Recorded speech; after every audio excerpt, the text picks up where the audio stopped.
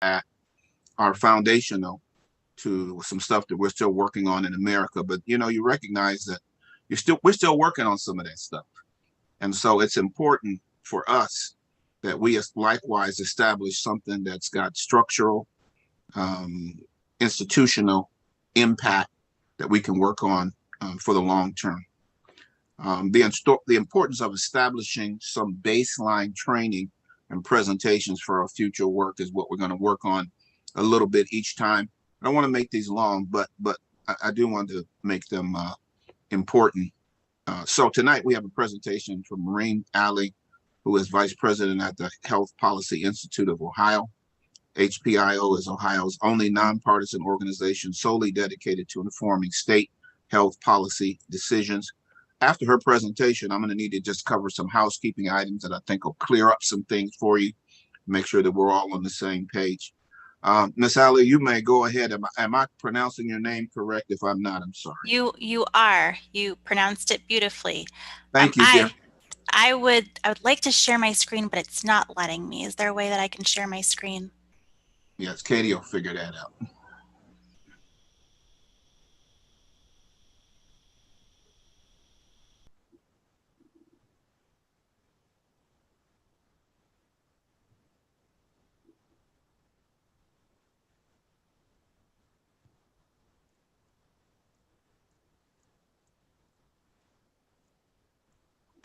Okay, she said you should be able to do it now.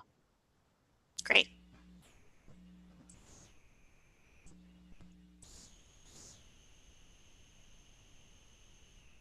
All right, can everybody see my screen?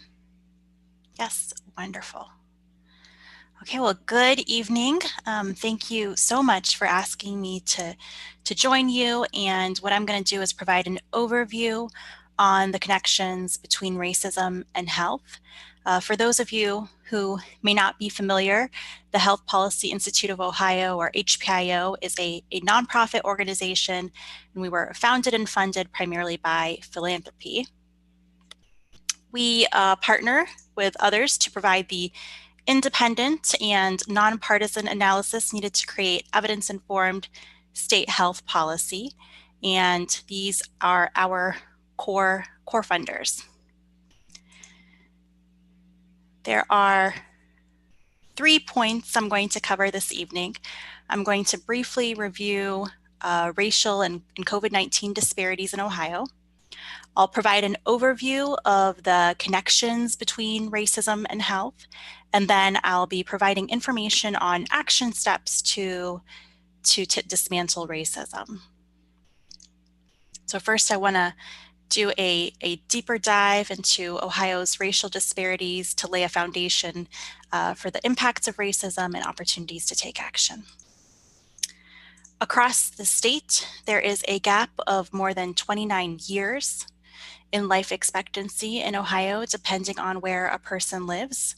And this map shows the top and bottom census tracts for life expectancy in the state, ranging from 60 years in Franklinton neighborhood of Columbus, Franklin County, to a high of a little over 89 years in the Stowe area in Summit County.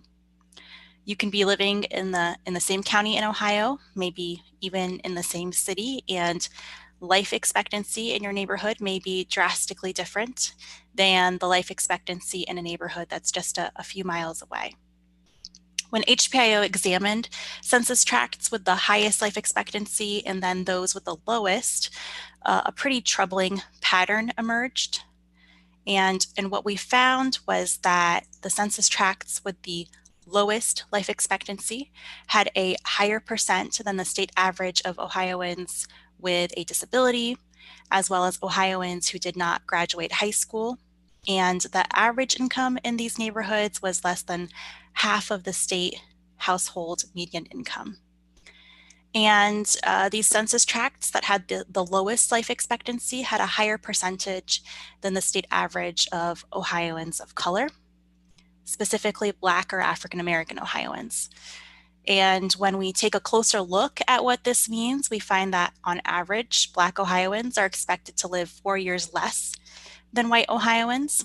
And then even more disturbing, a data point And in actuality or reality that we're living in is that Black infants in our state are dying at a rate that is 2.5 times greater than the rate for white infants and 2 times greater than the state's overall rate of infant mortality.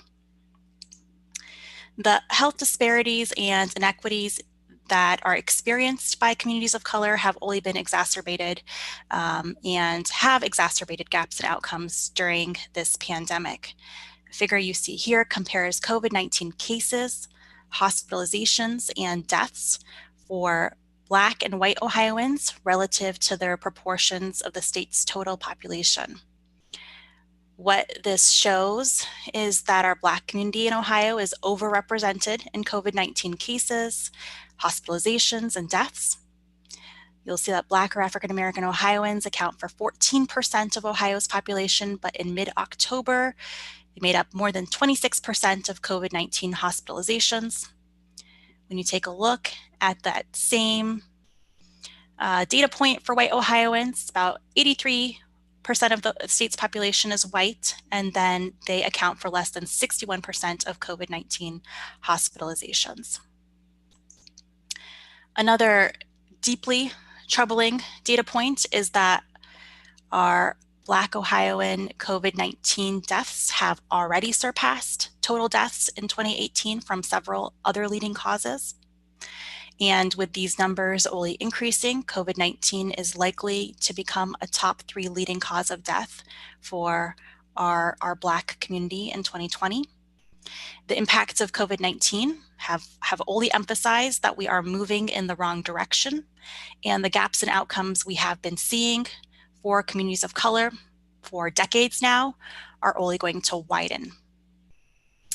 When we talk about COVID-19 disparities, like the many other disparities experienced by communities of color in Ohio, they are just the tip of the iceberg. They are indicators of more deep-seated issues that need to be addressed and rectified.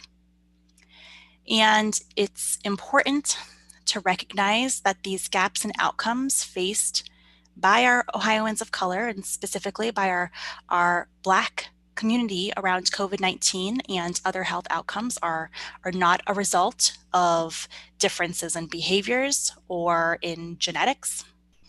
As some may try to say, the research evidence is clear that racism is a primary driver of these inequities and disparities. The link between racism and health has been grabbing the nation's attention as we've seen the impact of COVID-19, as well as protests and public calls to address police brutality following the deaths of George Floyd, Breonna Taylor, Ahmaud Arbery, and many, many others. HPIO released a brief that goes into detail on the relationship between racism and health. And what I'd like to do is talk a little bit more about racism and what that means and the levels at which it operates. What you see here is Race Forward's 4 levels of racism framework. We at HPIO have found this to be a very useful tool that others can use as well to better understand how racism takes shape within our society. The bottom rung describes internalized racism, or an individual's privately held beliefs of prejudice, oppression, or privilege regarding their race or the race of others. This includes feelings of white superiority or a person of color's feelings of inferiority. For example, a person of color may have internalized negative views of their hair, for example, and its natural texture or style, and those views have been instilled or reinforced by society or organizational policy over generations.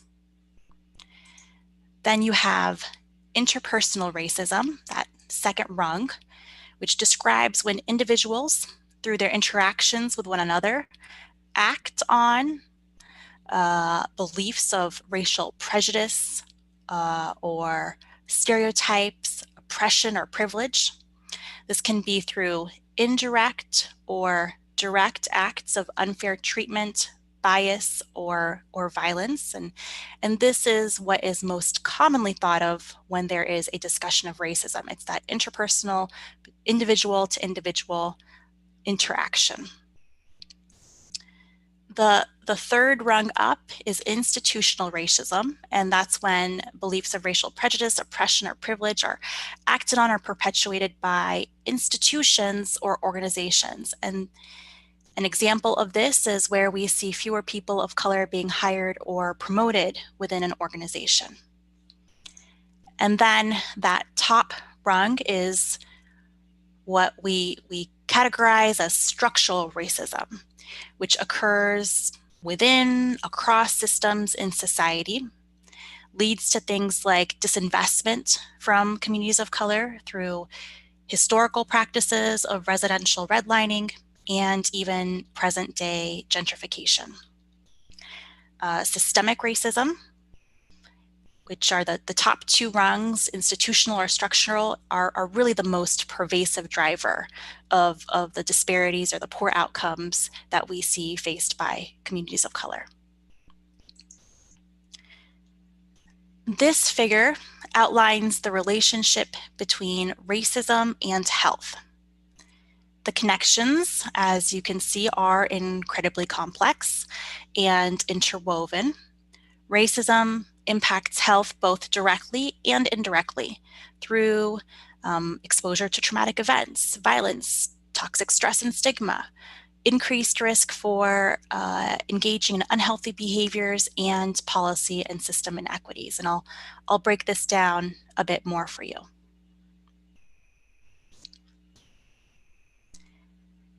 Here you see the impact of racism through trauma and exposure to violence and toxic stress. And what we find is that over time, repeated exposure to racism increases the likelihood for an individual to experience poor health outcomes, because that experience has a physiological impact on the body. It increases what is called your allostatic overload, and that can, over time, lead to poor outcomes. National data indicates that Black children are 9 times more likely than white children to be treated unfairly due to their race. And what research tells us is that this repeated exposure to trauma or racism can lead to these changes in the body that cause a wear and tear effect on a person's nervous, endocrine, and immune systems. And as you can imagine, over time, this wear and tear effect contributes to poor health outcomes, leading to things like high blood pressure, heart disease, stroke, depression, and even premature death. We find that people who are exposed to chronic racism are also more likely to engage in unhealthy behaviors as a way to cope with the trauma and toxic stress they are experiencing. And engaging in unhealthy behaviors can actually even have a protective effect on a person's mental health in the short run.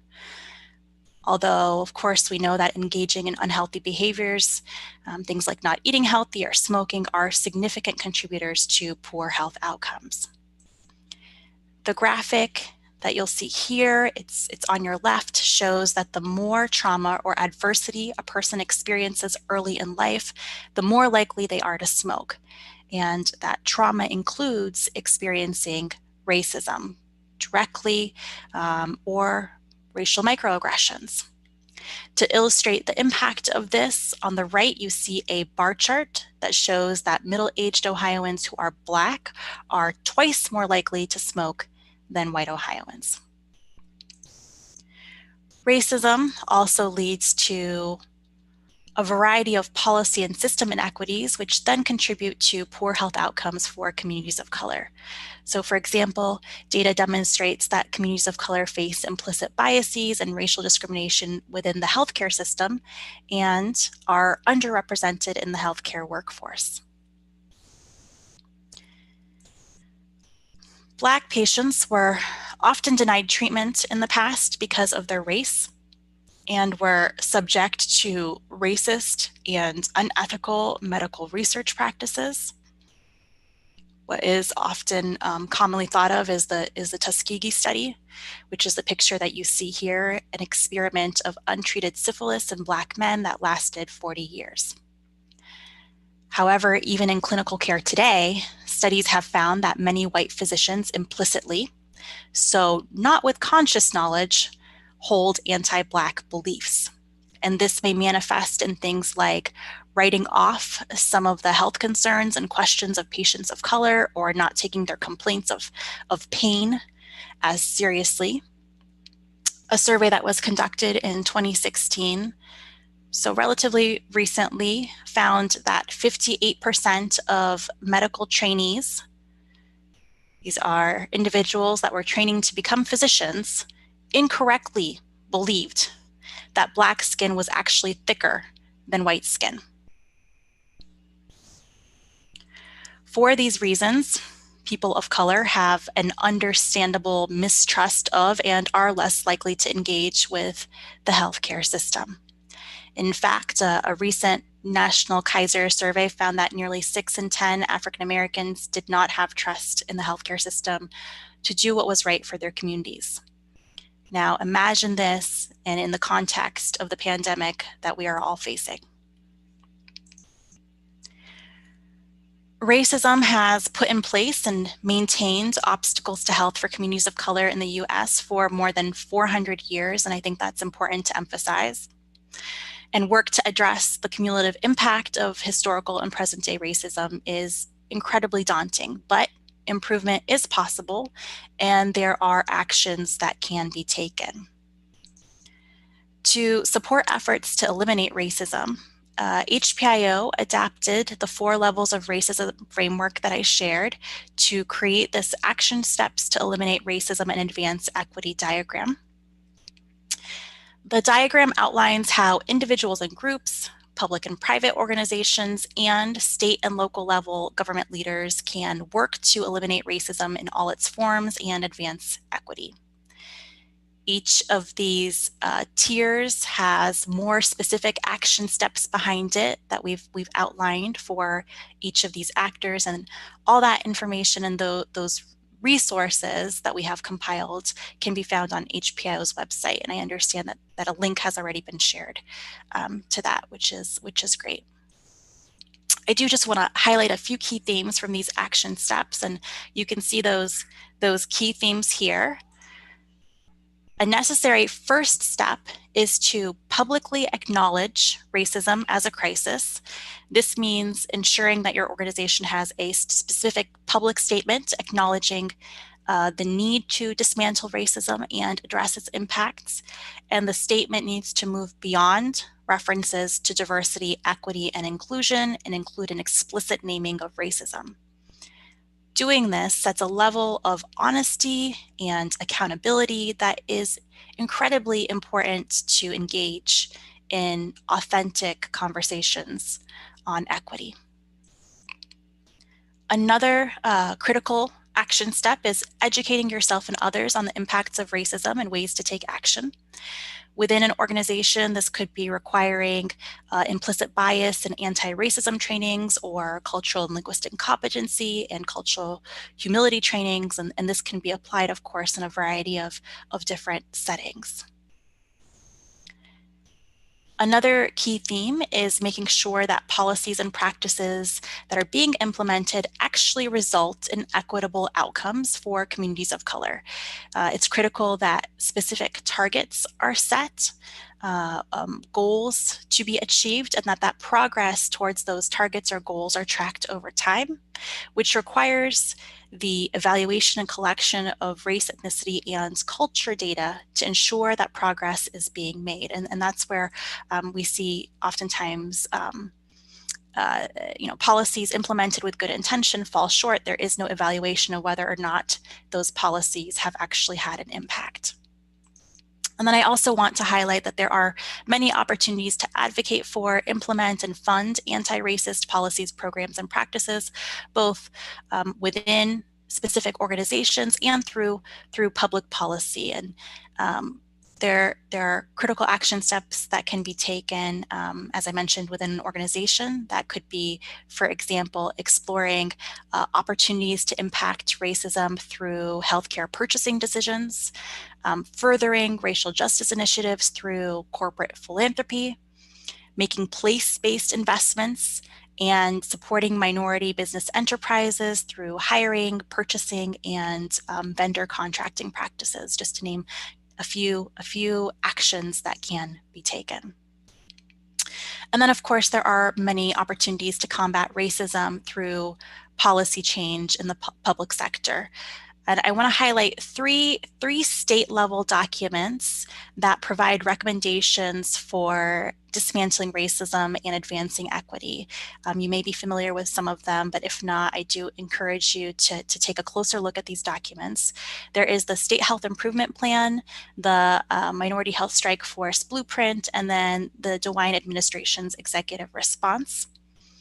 I just want to briefly highlight the blueprint.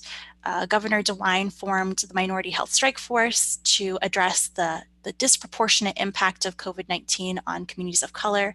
And the strike force issued 2 reports, an interim report focused on COVID-19, and then a blueprint which provides a broader set of recommendations to eliminate racism and broadly address the health disparities and inequities faced by communities of color. In response to that blueprint, the DeWine administration released an executive response that outlines the policy actions that state agencies are committed to taking to reduce health disparities and dismantle racism. So these are really initial or baby steps, but they are good resources and documents to go to for suggestions for policy change. And then some additional public policy action steps include championing investments in communities of color, normalizing conversations about racism, ensuring that policy agendas are developed and implemented through an anti-racist and equity lens, and then, of course, pushing for evaluation of public sector policies. To overcome the status quo and eliminate the existing deep-seated racist beliefs, interactions, and policies and structures that we see within our society, it's necessary that these steps are taken and that these themes are acted on and sustained over time. And the key here is sustained over time. And there is certainly lots of opportunity to get to a place of equity in Ohio, and it's exciting to see the work that is happening across the state, and that your task force is pushing forward as well. So I'm gonna end here and happy to take any questions if time allows. Alex, thank you for your important, concise, and informative presentation tonight. That was a lot of information, very important, very powerful. I'll take a couple of minutes if you would like to raise your hand, use the hand function. Katie will acknowledge you if you would like to ask a question.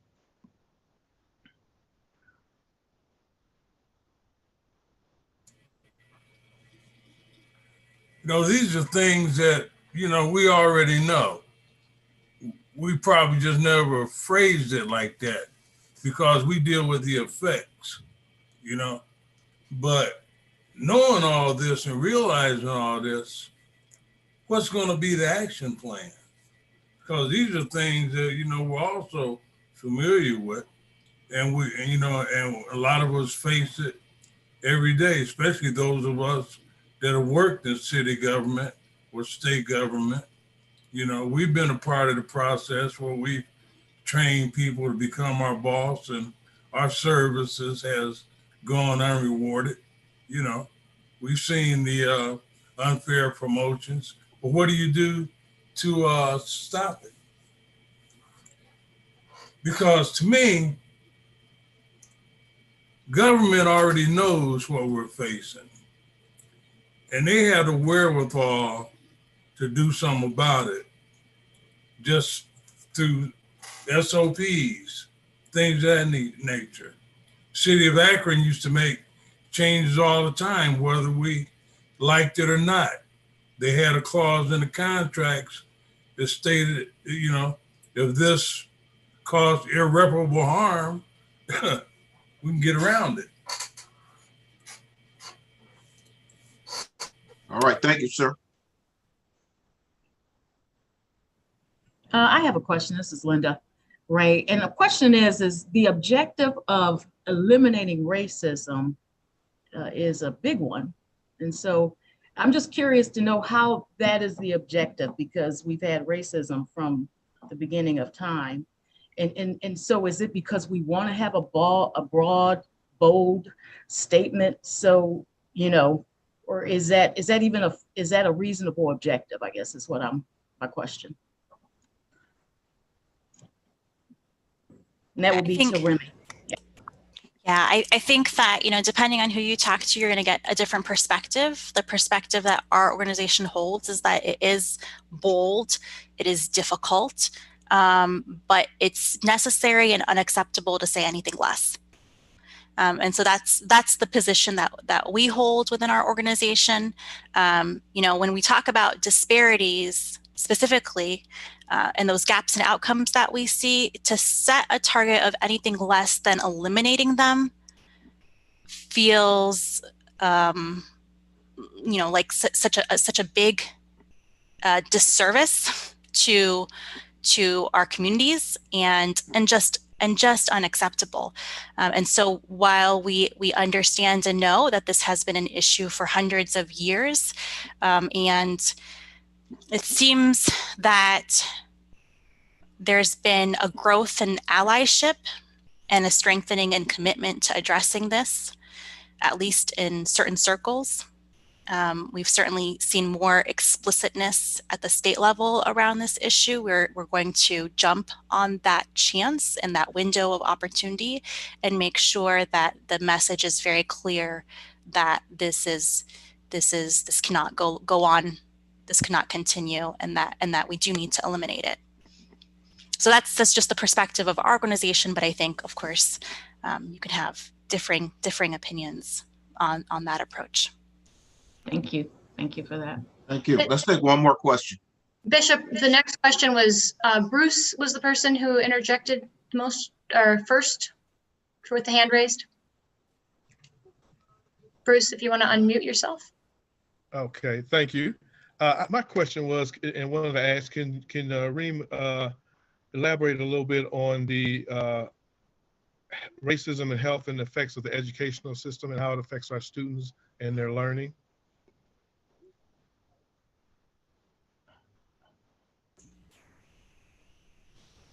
Well, hear me? Yes. Okay, I'm sorry. No, not at all. I think that's a really good question, and the answer is complicated. But just to briefly kind of summarize some of the data that we've seen, is that what we find is a disproportionate number of students of color in high poverty schools that are underfunded or under-resourced. And what that means is that those students are not getting the same level or access to services and opportunities that other students in the state are getting access to. And of course, what we know is education is closely tied to your ability to earn a self-sufficient income as you become older and grow into adulthood. That impacts your ability for getting a stable job with good benefits, and all of those factors impact your health outcomes. And so there's a close tie to it. There are inequities within our education system, and it's only one of many factors that needs to be addressed. And we would argue that racism is one of the primary contributors to those inequities. Ms. Sally, thanks so much for your presentation. Thank you for that was important. It's powerful. We look forward to using you as a resource. So don't go anywhere in time. We need you to probably refer back to. So thank you. Have a good evening. Sister Katie, if you wouldn't mind putting up the PowerPoint, I'll just go over these housekeeping items. I want you to be aware of the fact that we've been passing out a lot of information. So we thought that perhaps if we just go over it again, and all of you know that I'm a pastor, And so we have a saying at church, you got to announce something 5 times before people really hear you. So that's just the nature of the beast when you're putting out lots of information. So we want to be able to give you and serve you. So we want to go over some of these things again. As you can see, here's some housekeeping items that we're just going to touch on lightly. The hierarchy of the task force, the administration, deadlines, communications, contact information, and then items that need to be returned to the city. Here's a little bit about the hierarchy of the task force. I know you probably have seen some writings, and you maybe you saw the newspaper report, but the task force is made up of approximately 30 members of the community, and the task force purpose is to develop a pro-equity agenda for the city and determine which recommendations will be included in that strategic plan. And so the task force will also advise the city as to which recommendations should and could be implemented. And we're looking at 1 to 2 years, 3 to 4 years, and then 5 years, which is our mandate. In terms of the subcommittees, each subcommittee should meet at least once a month. Brief subcommittee updates should be emailed to Bishop, that's me, the Friday before the monthly task force meeting, and reports should be prepared for the end of each quarter. That's going to allow us to be able to review what's going on and where you are, and to serve you in the process of your work. The work and the research will be completed in subcommittees. That's where most of the work is going to take place. If you're not on the subcommittee and you were appointed by the mayor and you desire to be on the subcommittee, please reach out to Mariah, and there's her information. And by the end of the week, regarding which subcommittee you would like to participate in, we want to make sure that you are a part of the process if you desire to be so. Here's some deadlines that you need to be aware of so that we are at least all aware and on the same page of how we're going to operate. Subcommittee chairs should report out to the task force every month. And basically, I'm going to probably, in addition to your report, have a meeting with you on the 3rd Tuesday of each month. And we'll let you know about that. Subcommittee chairs should have identified structurally racist policies, procedures, actions by April 2021. That'll be the end of the first quarter. And then tentative recommendations should be presented by July 2021, end of the second quarter. And then final recommendations and or reassessment for more time by October 2021, the end of the third quarter. Here are some administrative items that just want you to be aware of. We're trying to help you and support you. Remember, my job is to support you so that you can get this work done, so that we'll be able to have some a report that has some teeth and some good stuff in it that we can work towards. And so scheduling of the meetings and executive summary of the meetings will be handled by Mariah and Katie. And Retzel has created a Google Drive where we can maintain all documents that every subcommittee reviews and all of the executive summaries for each meeting. And so I think Katie has already shared that with you in a link. Please complete Retzel's contact information survey by December the 11th, so we have information on you. If you are appointed by the mayor, you are a committee chairperson, or you are a member of the Criminal Justice Subcommittee, you should have received an email asking you to fill out paperwork so that the city of Akron can allow you to review certain confidential information if that's requested. The city law department has determined that in order to legally have contract with you, regardless, or if you desire a stipend or not, you need to complete this PECAN form. And if you do not desire a stipend, you need to put that in writing to the city. You will receive the contract to sign after the appropriate forms have been completed and returned to the city.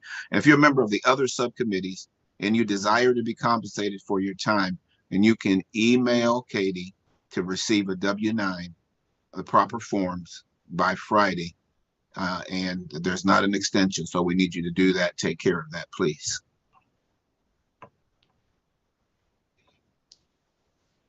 One more thing there.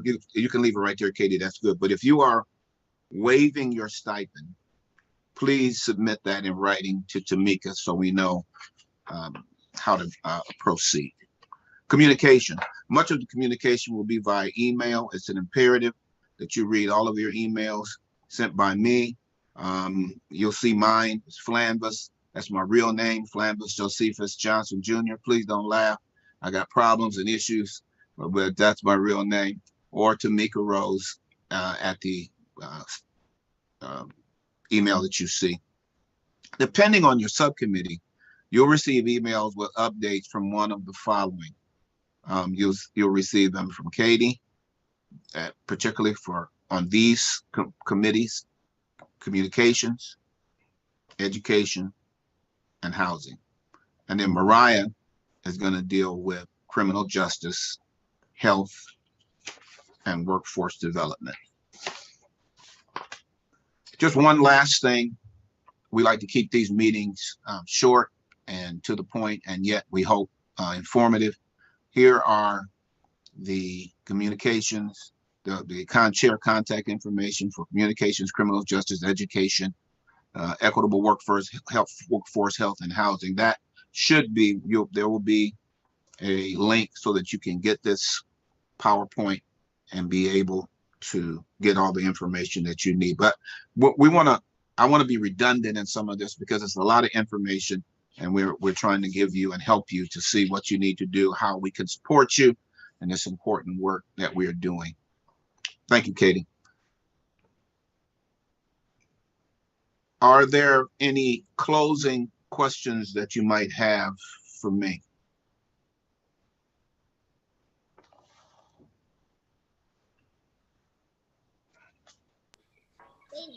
Hi, Bishop. This is Tori Tolson again. I had a quick question.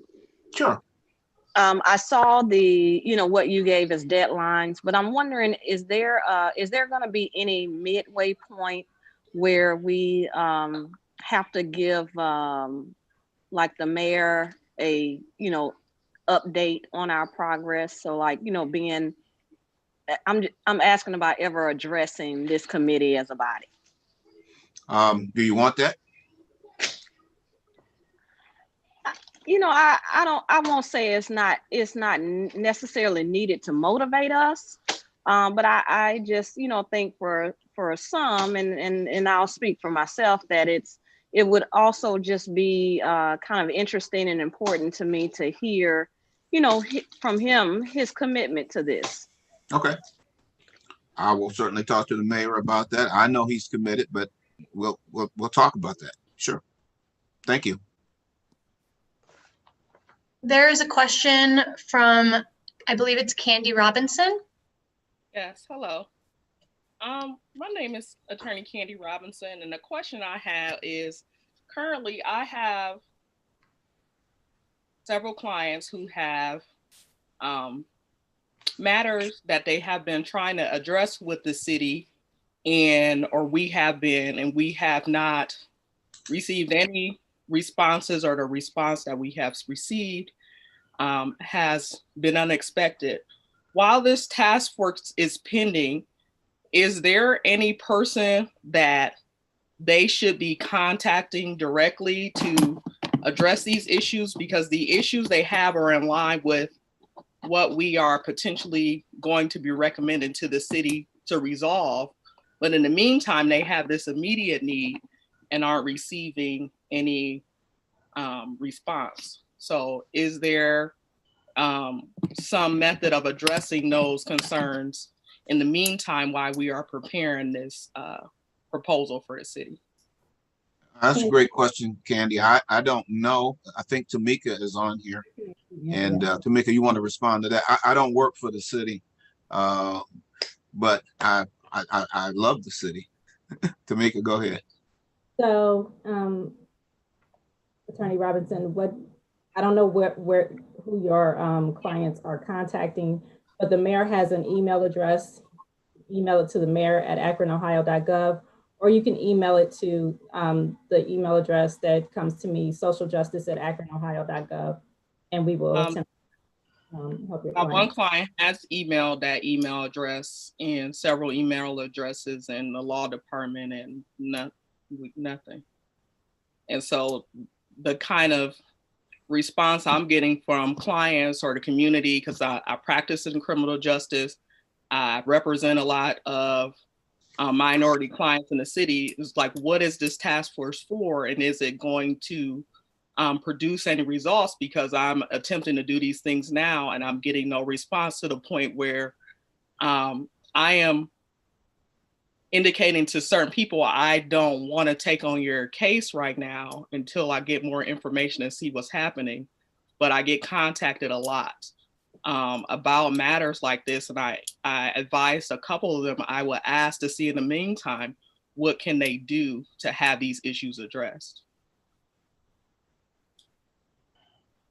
This is Marco Somerville speaking. Can you hear me? Yes, sir.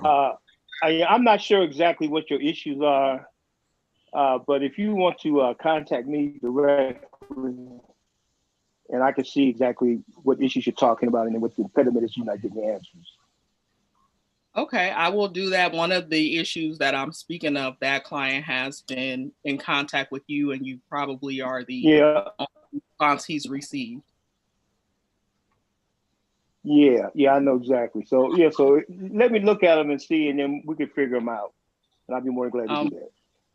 What's the best way to contact you? Once you just, my email address is msomerville@akronohio.gov. Attorney Robinson, I will send that information to you right away. Okay, thank you. You're welcome. Mr. Bishop, Darnell has had a hand raised. If you more questions. Darnell, I'm going to unmute. Don't you unmute yourself. Or ask you to unmute. Sorry about that. Can you hear me? Yes, I hear you now. Okay, so my question is, from this point on, what's the first order of business? Is it like a meeting once a month for 30 minutes to discuss the issues, to compile a plan of action, so to speak, or? Exactly. Your first step is going to be, great question, is investigation. You have to look at what you think the issues are in your particular area and then begin to investigate. And we want to make available to you where that impacts the city, your ability to interview people from the city to find out what's going on in those areas and how you may need to make what changes you might want to suggest.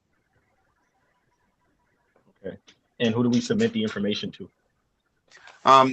You'll be probably submitting it to me in terms of what those kind of things that you're going to be dealing with. So you can contact me. I'll try to help you with whatever you need. Okay. Thank you. Okay. All right. Thanks. You're welcome.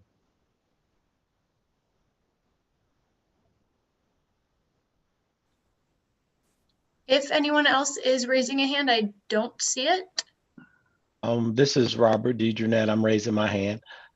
Bishop, can you hit on what happens if, because I know you posted the deadlines, but if there's issues that need to be addressed and not wait until the deadlines to make recommendations, how would that be handled?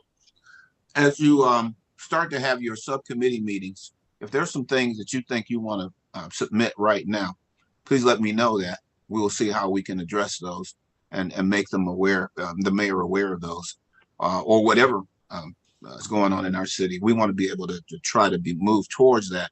So I know that there's some things that they're more long-term, and there's some things that maybe are pressing right now.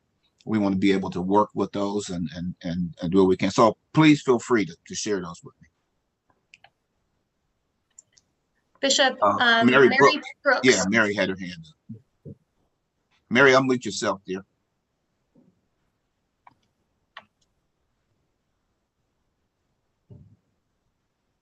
You're still muted, dear. There you go. Okay, all right. I would just like to see how we're going to integrate the immigrant community into all these issues. I think sometimes there's been conflict between the immigrant and the Black community. We're fighting for the same resources. And I think we could be a much more powerful force if we would join together and present our needs together. Mary, what subcommittee are you on? I'm on communications. Okay.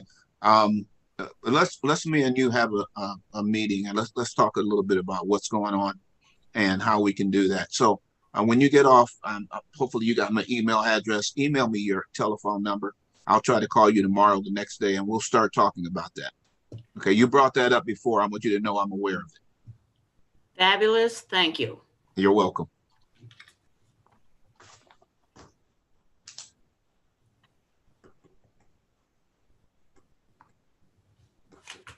Okay, well, I don't want to take up your time. So you got somebody else, Katie? Robert DeJournette has a hand raised as well. Robert, did we get you already? Yeah, I put my hand down. I already had my say so. Okay. Well, I don't want to hold you, but I am open to anybody's input.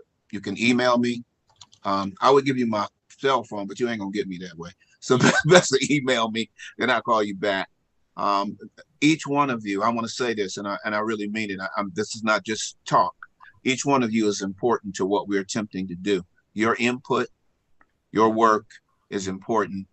I want to say this because I know we've been having a little bit of these questions, and these are legitimate questions. The question is, what is the city going to do with our recommendations? How are they going to respond? Those are good questions, but I want you to understand that our job is to put something in their hands so they have to respond. Now, I've done this before, working with the Attorney General and the law enforcement training and whatever, and we came to those same conclusions. Are we going to do this work? What's going to take place? Well, we're going to set the bar, create some structural and institutional directives, and then we can hold people more accountable for what it is that we're going to be attempting to do. So this is an important work. I'm so glad to work with each one of you. Hopefully you'll start having, or you already have begun to have your meeting, your subcommittee meeting, and we will continue to work and move forward. Have a great evening. Can I say something before we close? Sure. Because, and I, you know, I know a lot of you are aware of this incident that took place in front of Tara Sample's home, her mother's home, which was just disgraceful. But if any of you want to get together with me and discuss that issue and what we can do to keep things like that from happening in the future, you know, give me a call, get in contact with me. Because I still can't get over that. And if we allow things like that to continue, it's going to be rough around this camp. Real rough. Because that could have went the other way. Yep. Yeah, I'm done. Thank you, sir. Yeah. All right. Y'all have a great evening. And we'll talk to you soon. God bless you. Yep. God bless Good night, you. everyone. Good night, Good night. all. Good night. Good night, everyone. Good night. Good night. Good night.